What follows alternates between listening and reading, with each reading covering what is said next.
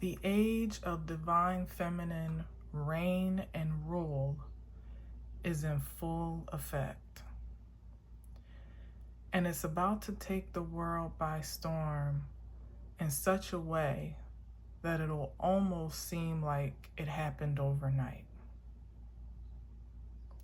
What's up, everybody? It's me, Danae. I'm here with a message for you on Thursday, June 25th, 2026. It's 12:23 on the clock, and this is where we are. To be honest with you, I don't know where we're going. That's the preview, that's the pre-shuffle. You see the cards. I also pulled from my own personal oracle deck on the side. And you can't see them all, but the cards are enlightenment, admire, accelerate, victory, consecration, and abundant. And all of those, of course, correlate to a specific tarot card as well. But the words themselves were so striking to me that they really, channeled a message all on their own without the cross-reference. So I'm just jump right in and see what we got here today. What I'm sensing, is that we may be talking a bit about what that gets to look like or the effects of this new age. But I don't know. I don't know if that message is even going to continue, but that was certainly the pre-shuffle message. So here we go.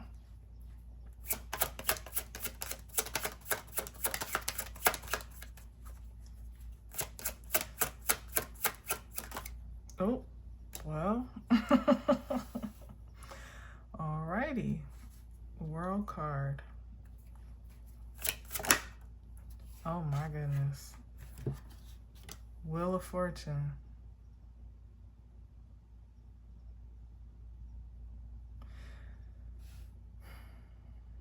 It's definitely, of course, obviously the end of a cycle, but where I ended on my cards, which you can probably just barely see on the side, but it'll depend on how I cut this. You may not see it at all when I do.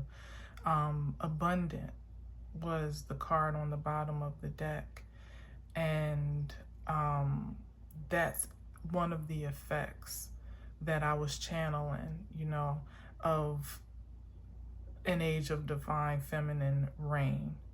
And that means that just like the spirit of the divine feminine force, and whether it be physically women, advancing and elevating, ascending to very prominent roles in creation overall, in their personal lives, of course, but just, that having an effect collectively on a much more macro scale as well.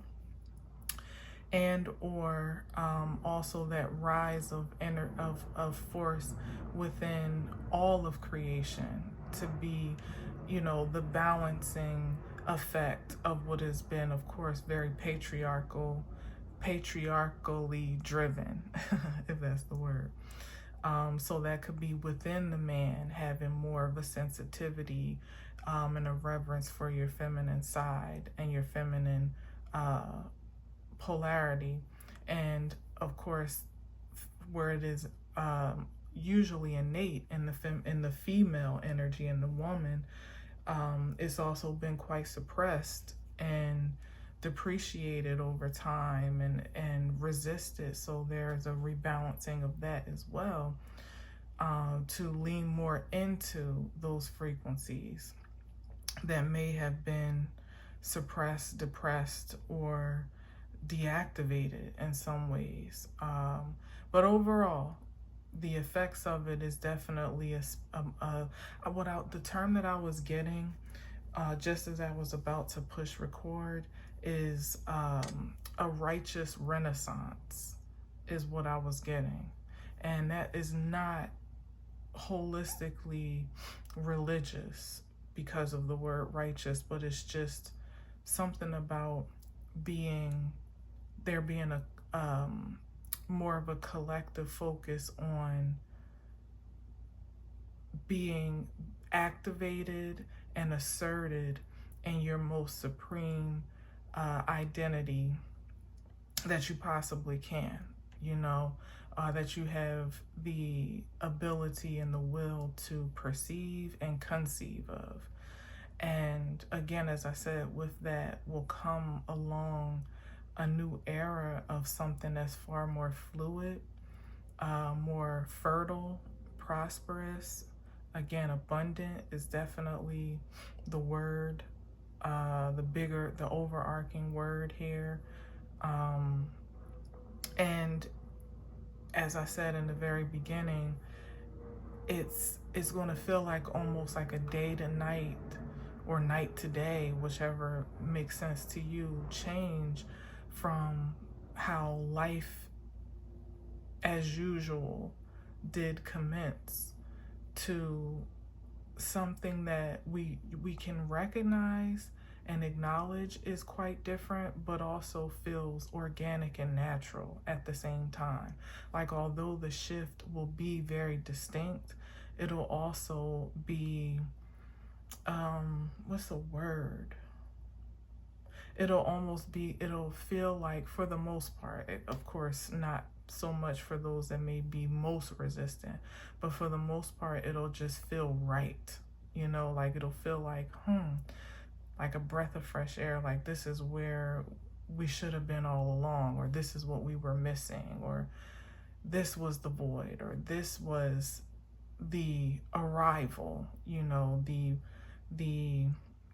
I'm trying to push it back to my mind, but I'm hearing like the arrival into a promised land of peace, of, again, prosperity, fertility, that seemed almost like unattainable before, or more like utopian before to even perceive, you know. But here it is with the Wheel of Fortune and the World. That's something very solid that is being affirmed in the message that I've pre-channeled, and in the spirit of the present moment. And also, it's like literally giving past, present, and future energy here.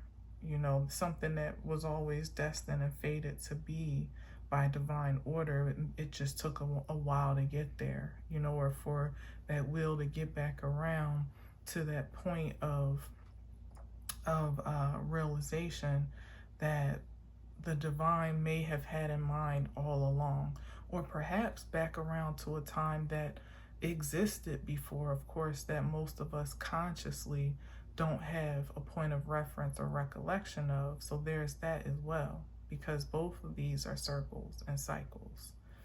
But something is definitely ending, and something quite favorable and fortunate is fated to begin. And like I said, look at the back-to-back energy here. Like almost immediately, there's something fresh and new that either we're being ushered into, or that is integrating with us as a collective creation, inhabiting this world, literally. Yeah, like I just keep getting this sense that, you know, now this is very fantastical, but I'm seeing, and of course this has a bit of more of a negative undertone given what they were under the influence of, but I'm seeing this thing where, did my flash go off? Oh no, it's still there. I'm seeing this, the scene in my mind when it is the Wizard of Oz, but I'm seeing the Wiz specifically, of when they were traveling through the poppy fields. Was that what I was seeing? I think I was honestly cross-pollinating literally the poppy field energy that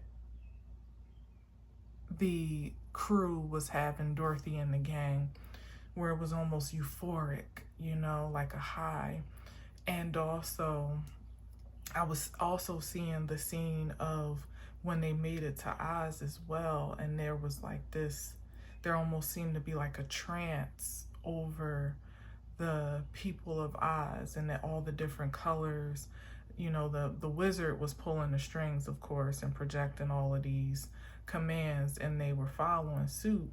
So like I said, there's a bit of a negative undertone about it that probably isn't so organic, but the effect is what I'm really seeing in my mind, that there's this washover effect that, like I said, is almost like euphoric, like a like a type of, maybe even an aha type of energy, of a feeling of arrival or awakening.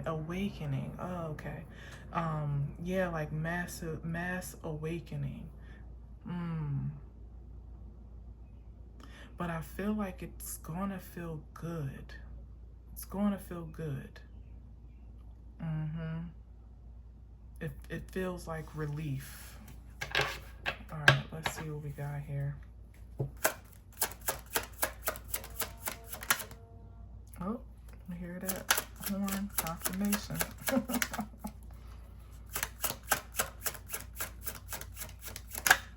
Oh, look at this. Like I said, you're gonna love it. You're gonna love it. It's like divine pouring out the Ace of Cups over all of creation, and we're just all more or less high on love, but in the best way.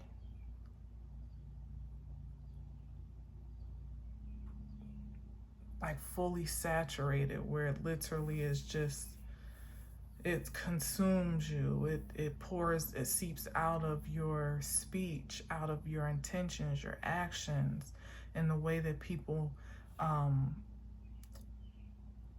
treat each other, handle affairs, and the way that they create. And by God, perhaps I'm being a little bit too blindly optimistic here, you know, maybe even delusional to think that this could be such a massive effect. And maybe it's not in the way that I perceive it, but I feel like it's so expansive that if it's not everybody, because certainly some may not be accepting of this frequency of vitality, at least at first, but the effects of those that are susceptible to it and receptive to it are going to be so widespread that it'll feel like the masses have been affected, if that makes sense. You know, like a shift in the way that it feels like now, where we know that all of the world and all people in it are not bad and problematic, but from our experiences, especially from the projections that we are inundated with or by, it feels like that. And maybe it is true. I don't know that, you know, most of the world is going mad, but what I'm sensing is that the effect of the opposite is going to be maybe perhaps so potent and powerful that even if it doesn't outmatch in number and size and multitude and, you know, and population, it will in impression and impact, you know. And like I said, in the effects of so many people having been elevated, ascended, enlightened to a new level of light and love, a higher level of light and love, personally, before anything. And I can definitely see how that could take effect, you know, and make a big dent in what we're experiencing right now, like a huge impact, especially if the divine is endorsing that, you know, because that means more supernatural advancement can happen in that regard, in a way that, like I said, may not necessarily supersede the multitude of the opposite, but the magnitude of the power is what is just unmatched. You know, that's what I'm feeling. So, and then of course, eventually it'll come to a point where, as it is with survival of the fittest to some degree, you'll either adapt to the new order, the new way of life that is, you know, slated to not just survive but to thrive, or you will not survive. And so, you know, like, you'll ultimately eliminate yourself in some way, shape, or form. So, yeah. All right, let's see. Wow, here's the Hierophant again. This is a divine appointment here. It's a divine appointment. What's the word? Like consecration, which is on the table, by the way. And by the way, consecration is the High Priestess card. But it's like, this could even be, this definitely gives a nod to balancing powers and energy, but with it there being a elevation or advancement of feminine force, of course, because it's been so disproportionate. And this is a nod to that, like the leveling out. Even though these look like two bald men down here, that's the energy that I'm getting. But it also could be, you see how the Queen of Pentacles is kind of raised above this Hierophant. It could just also be the change of the guard, you know, from the traditional, conventional way of society and way of life as we know it universally, to what I've been saying, something more femininely driven and focused. And this almost being like, you know, literally, and confirmation is definitely a religious term, where it's like a coming of age, or, you know, almost like a public statement of your covenant with the divine, so to speak, or what you proclaim to be the truth of the gospel or whatever. It's more of a Catholic term, honestly, but that's probably why I'm hearing that, because of the Hierophant. Definitely gives priest or pope vibes. So yeah, and think about that, like, it's something about an establishment of new order that is not so rigid.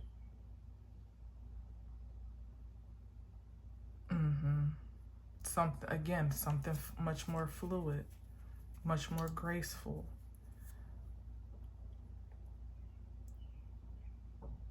All right, let me see. I can't see my time up here because of how my phone is. I don't want to talk too much. Look, and this came up. This is Accelerate in my deck. So this is really interesting. This is Accelerate. 8 of Wands. And that's also, like, I think I read them off to you in the beginning. This is that it's happening so quickly, like this changing of the guards, this transfer of power, of influence, of leadership, or position, you know, like a regime being retired to some degree and another one being ushered in.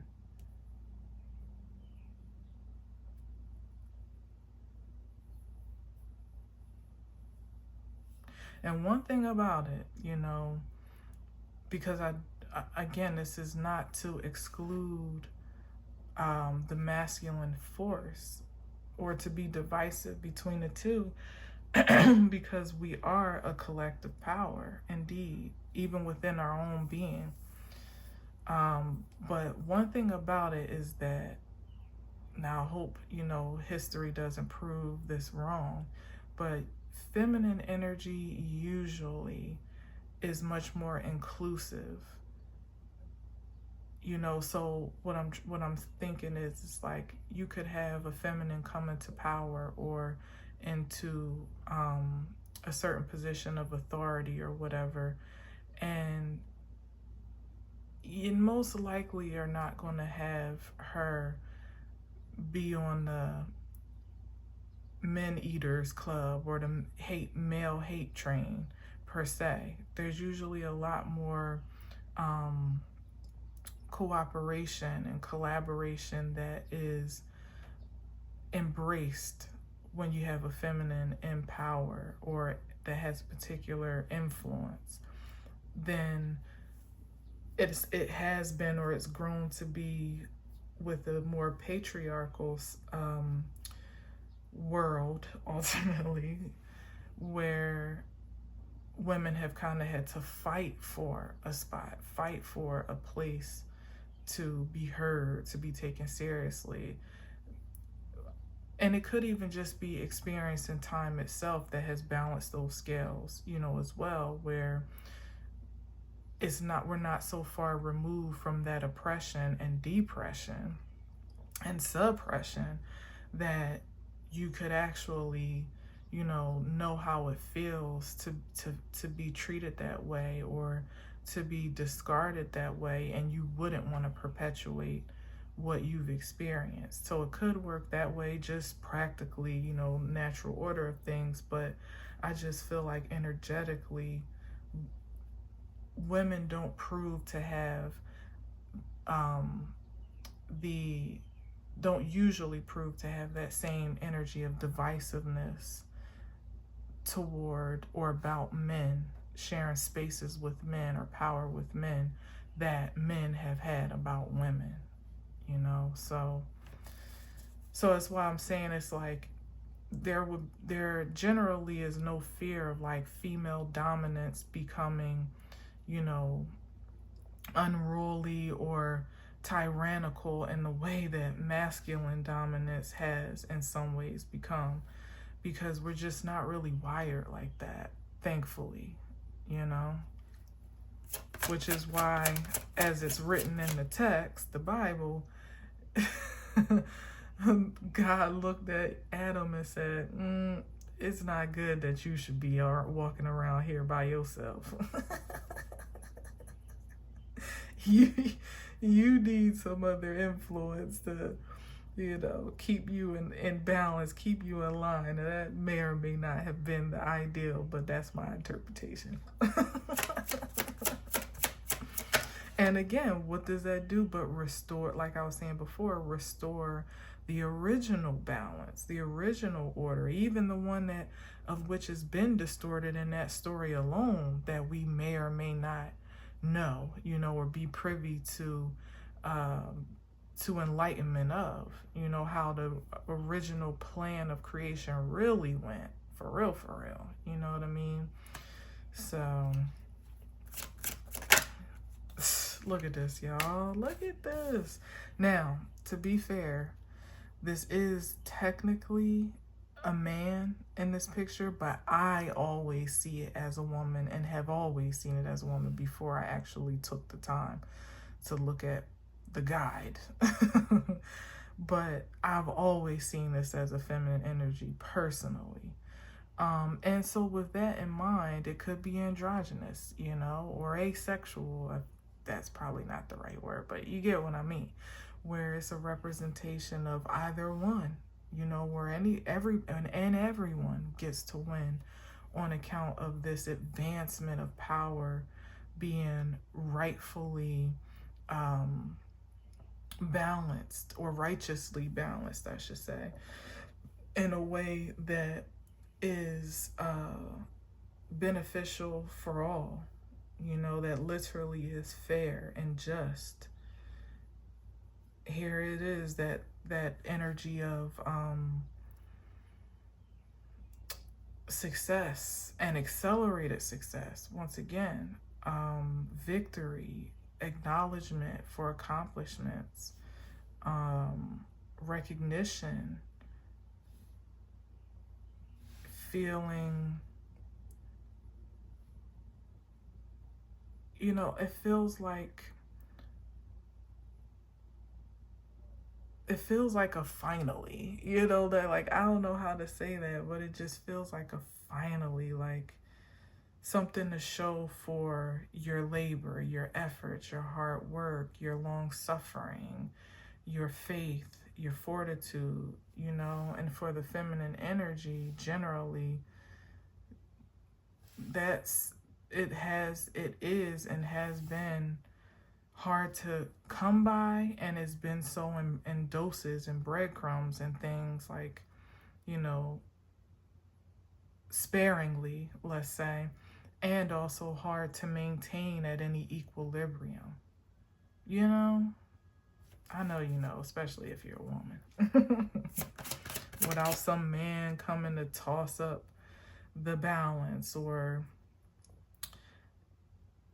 put you out of, throw you out of alignment with their inflated ego or insecurities, or, to keep you suppressed for fear that you might overrule or outperform them, or throw them out of power the way that they, have the tendency to want to do. And so it puts you in your place, quote unquote, like all of that. And that's an undertone that is so subconscious and deep rooted that sometimes even men that think they are forward thinking and liberal and so many ways still operate in that frequency without even meaning to, so well, let's see what else we got. So many great cards already. Look at this, three of Wands. It's coming. The moment of arrival. The righteous renaissance that we didn't know we needed is already underway. And it's a, I always see the Three of Pentacles as like great expectations, like something good to look forward to on the horizon that you could eagerly anticipate, not dread, So that's what I'm saying. It's like, to the masculine that is in fear of losing leverage in some, extensive way. First of all, that there needs, that's a personal affair to attend to as to why you would feel you need to hold on to it in the first place, or why you feel is that, what's the word, like that, not volatile, but what's that word, like it can slip through your hands that easily, or that, is elusive the word? I don't think so. But like, why is it something that you don't feel secure in the first place? Why is it, would someone else's suppression, and dare I say oppression, be a validation of your superiority in the first place? That's already a faulty foundation. So there is an invitation and an opportunity to rework that perspective, for your own good, but also, like I said, if there is even just a healthy anxiety, if there is such a thing, about what such a change will mean for creation individually and collectively, this is the evidence that it means something good and something positive for everyone that is open to receive it. and to go with the flow that the divine has ordained. This ain't like women just have an uprising and start hacking down men, as far as the eye can see, mowing them down, every man in your path. No, this is literally the divine saying, okay, there's been enough of that. Now we need a little more of this, and with the intention of it balancing out, so that there's harmony across the board and nobody is the odd man or odd woman out, of what should be an abundant and infinite life experience. But it's just not that right now on so many levels. We're just talking about masculine and feminine, but we know that it, trickles down in other ways too. But I feel like all of that will be healed and rectified as an effect as well, to bring about more unity consciousness and, peace and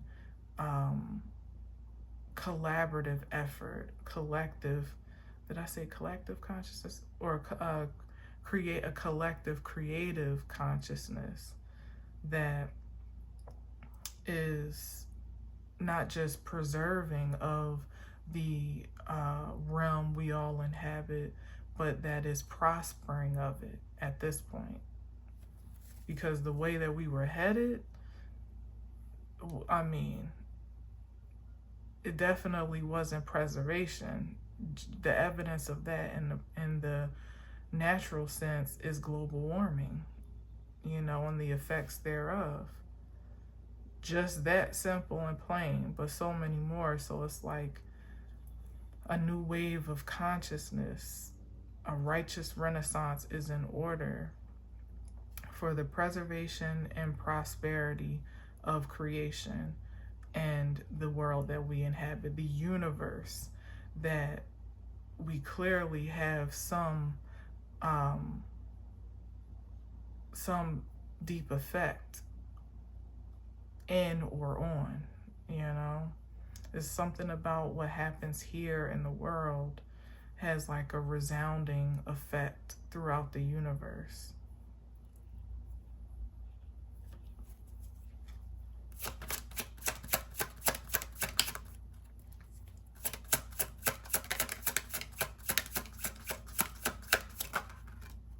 Ooh, Page of Swords.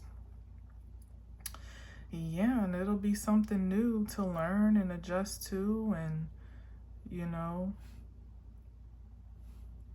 again, be enlightened by. But if there's any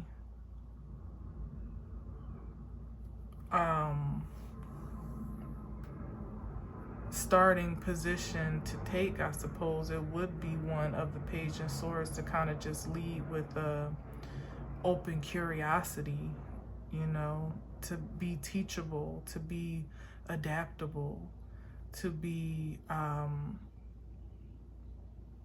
in alignment for enlightenment without prejudice is what I'm getting for the Page of Swords. To be willing to just go and see, or see what happens and see how you can integrate with that, with this change, or how it can integrate with you. Yeah, there's a certain innocence here that I'm getting from the Page of Swords, to just be willing to learn, to observe, to watch, to study. To study. That's interesting.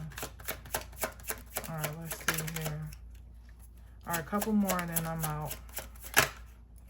Was that the High Priestess? Oh my gosh. Yes, it is. The Page of Swords says, teach me your ways.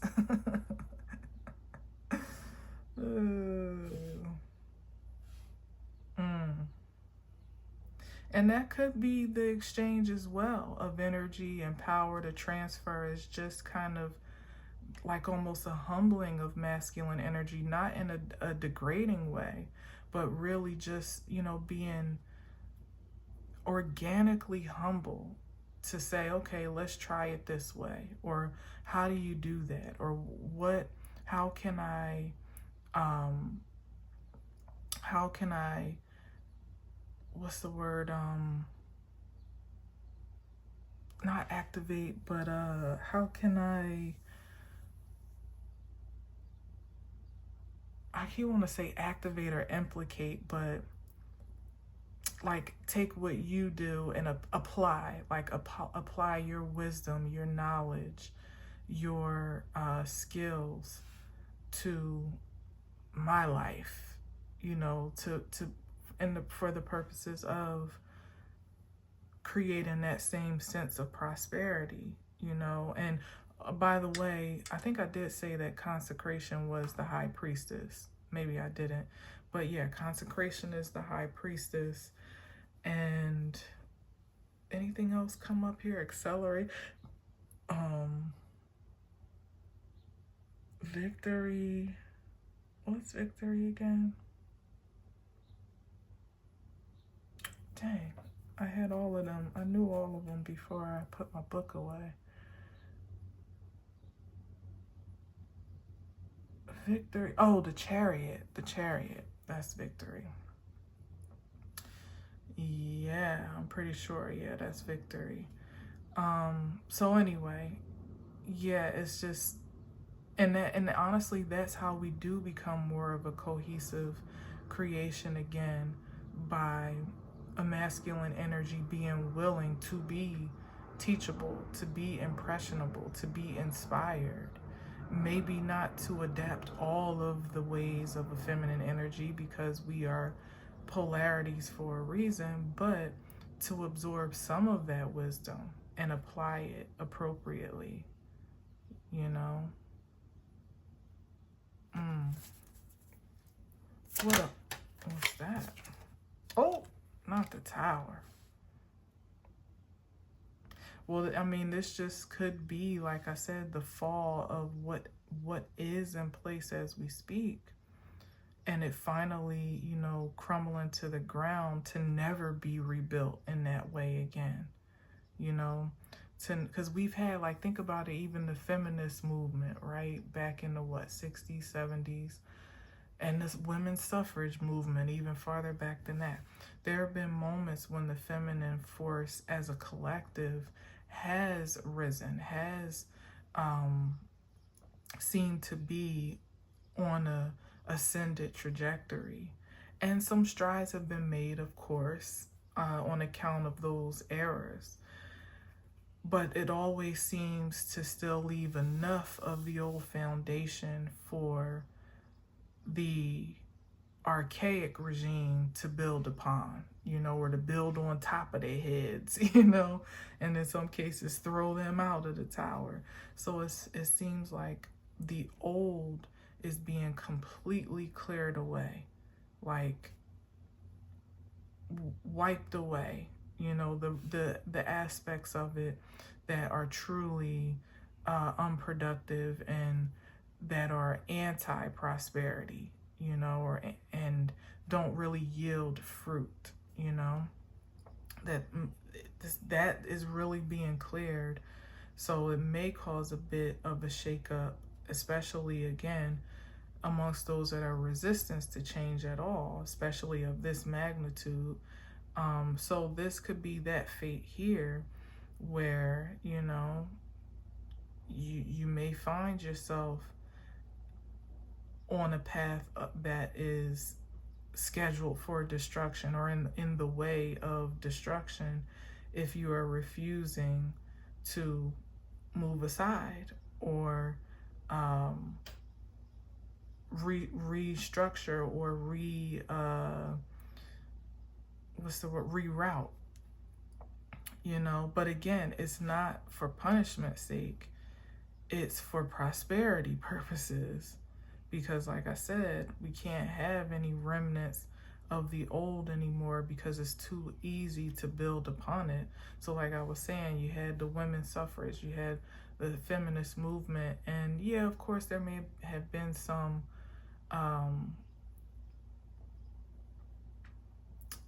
well, I won't go there, but anyway, there was some strides, great strides made that even put women of today in a great position, just as simply as more or less having equal pay and opportunities, at least, legally we're supposed to. But like I said, here it is again, there's always a way for the ruling regime, as it was, to find ways to undercut what is even law, what is even expected or culturally mandated, to suit their own needs and best interest.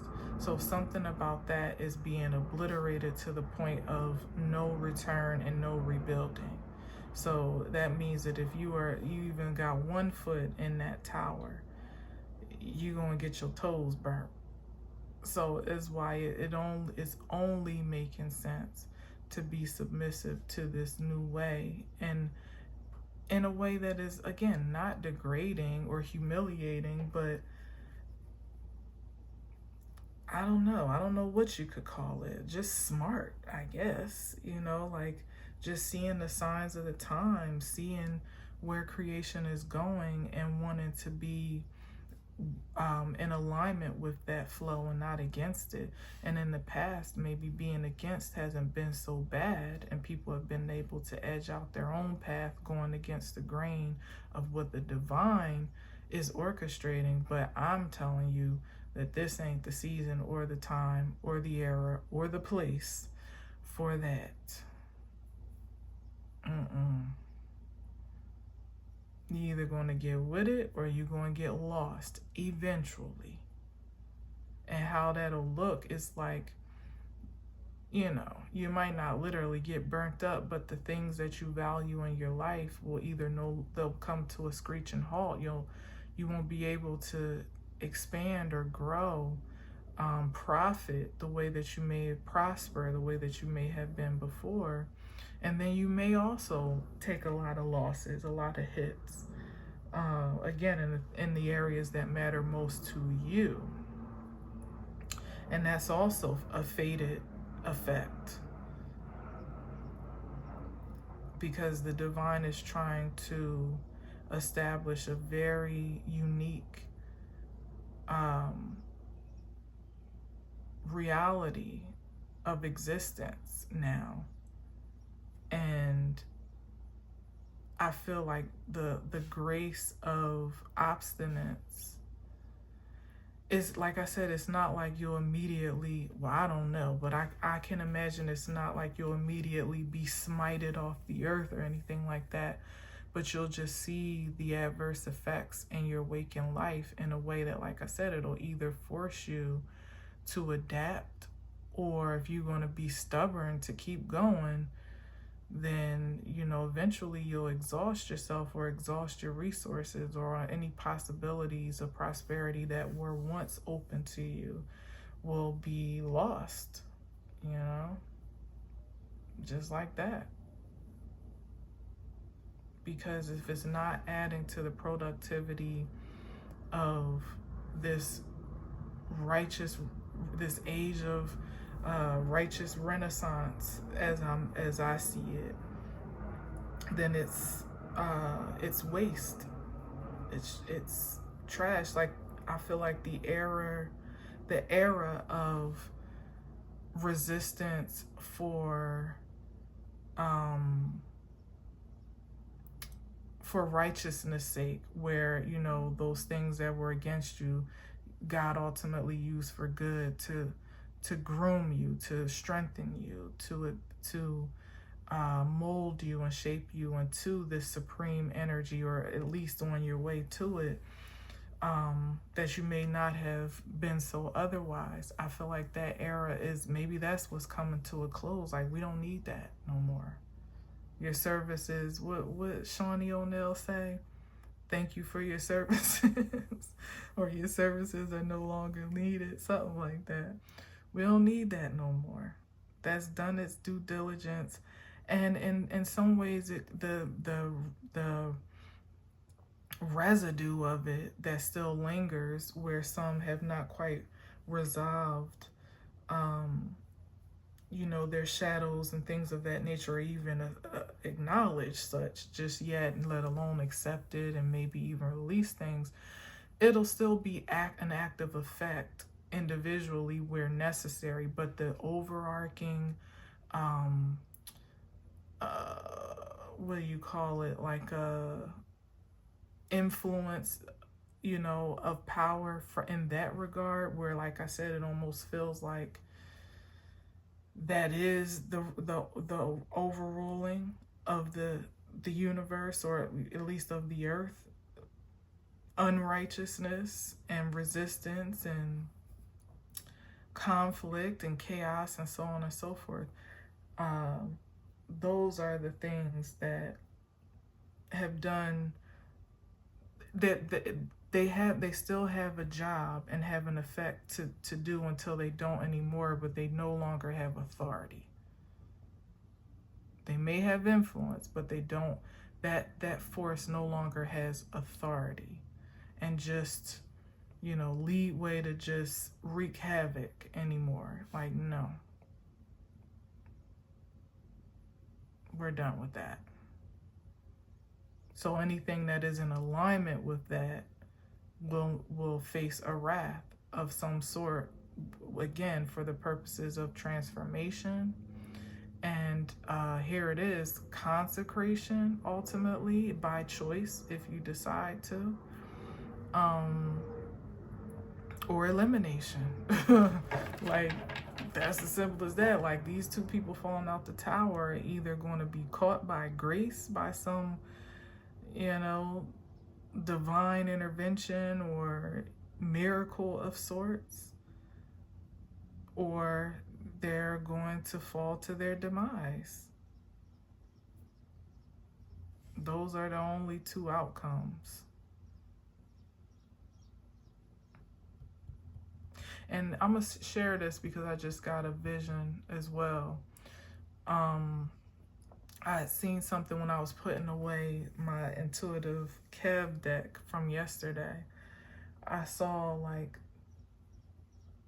mildly in the pre-shuffle, and I heard that, like, somebody's like hanging on the cross, you know, like they're being hung out to dry, like almost as a living sacrifice. So, and I wasn't going to speak on that. I put those cards away. I didn't even really tap into them for the pre-shuffle, but I saw that, and it's just coming back now because I'm seeing the scripture of when Jesus is on the cross, and there are two different energies on his left and right that are also hanging on their respective crosses. And one of them, in their final hour, is mocking, you know, like, oh, you the son of God, get down, or, you know, pretty much just jeering and mocking at the concept of Jesus's righteousness, you know, or like challenging it to some degree. Like, why would you choose to be up here if you have the power to do otherwise, or whatever? Like, I definitely don't know it verbatim. Of course, I spent enough Sundays, Easter Sundays in church too, but I don't. But I just know conceptually that the other guy was repentant and just humbly, you know, with no guarantee to know whether or not his plea and proclamation would even be answered, but resorted to asking for remembrance, you know, if, you know, unto Jesus, like, if, you know, just remember me, you know, like, and that was a mild expression of repentance and rededication to righteousness, even at his final hour, that ultimately did secure, you know, by the text, of course, his seat in heaven, you know, or his place in heaven, or, you know, was a covering over his life, even at such, you know, a trying time, you know. So I'm saying that to say the disparity between two points of view. And then, of course, Jesus being in the middle, that was surrendered to the will of God in that moment, and trusting that everything was, in divine order, even in his pain and agony. Of course, if you subscribe to any of this, you could see it symbolically, which I'm not going to get into right now. But the point that I'm trying to make here is that there's always a choice, and there's always an invitation, an altar call, if you will. And how you respond to that is up to you. And consider this a bit of an altar call, especially to those that have any resistance still left in them, or skepticism still left in them about the change of an era, the change of an age. It's like, well, this is your come to Jesus moment. Or it's not. You know what I'm saying? Let me get one more. It either is or it ain't. And I don't mean that religiously. Yeah, we got the moon card here. Yeah, I guess because this is it's a mystery. It's ambiguous, and it's not something that, the decision-making process here, and the outcome, like even as I say here, of the Tower, of what the fate of these energies is. Like, you have no idea what prayer someone could have said on their way down, you know what I mean, or their way out, just as it's depicted in the Bible between left criminal and right criminal, allegedly, where one is blasphemous to an extent and the other is benevolent, or surrendered, humbled, whatever. It's like in that final hour, it's definitely of no determination of, we the people per se, as to what that ultimate fate may be, even when it may look bleak. But the divine sure does have a say. And the choices couldn't be really any more clear cut now than they've ever been before.